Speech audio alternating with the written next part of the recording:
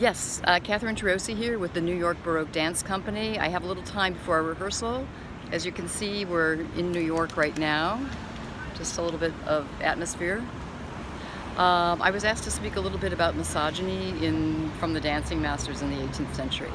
And I have to say that I don't really find so much in their writings, but I would say that in general, embedded in the society, are restrictions for women that we are just not feeling today, especially for professional dancers. I mean, professional dancers in the 18th century were often mistresses of, patrons who could help support them while they were studying and through their career.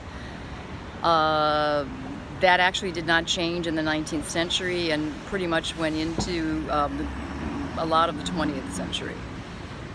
There were assumed maybe limitations of women, but if you look at the work of Marie Salé or Françoise Prévost or even Camargo, and there were other choreographers, women choreographers at the time, they were certainly strong-minded, strong-willed. There is a case where Marie Salé was having a dispute with the director of the Paris Opera and ended up slapping him in the face. At that point, you know that she went to London and did a stint in London before coming back to the Paris Opera. But she was so well regarded and sought after that even a slap across the face was not enough to keep her from her work. There are many things that are not talked about or not documented. I think at the time it was just so much more complicated than we can imagine. In terms of the not only attitudes toward women, but also the freedom that they might have had. When you consider that there were salons in Paris that were run by women, and for instance, Sévigné, of course, is very famous.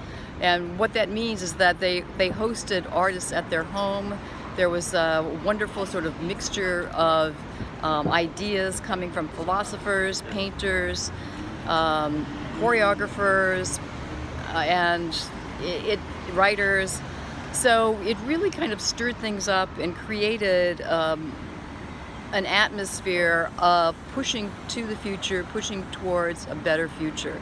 And I think it's the sort of idea of having a salon or kind of an informal gathering where people can speak about these things that really pushes a culture forward, our society forward, in terms of developing its art or having its art reflect what's going on at the times. The 18th century was no different.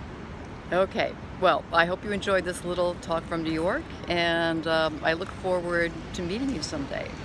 Farewell.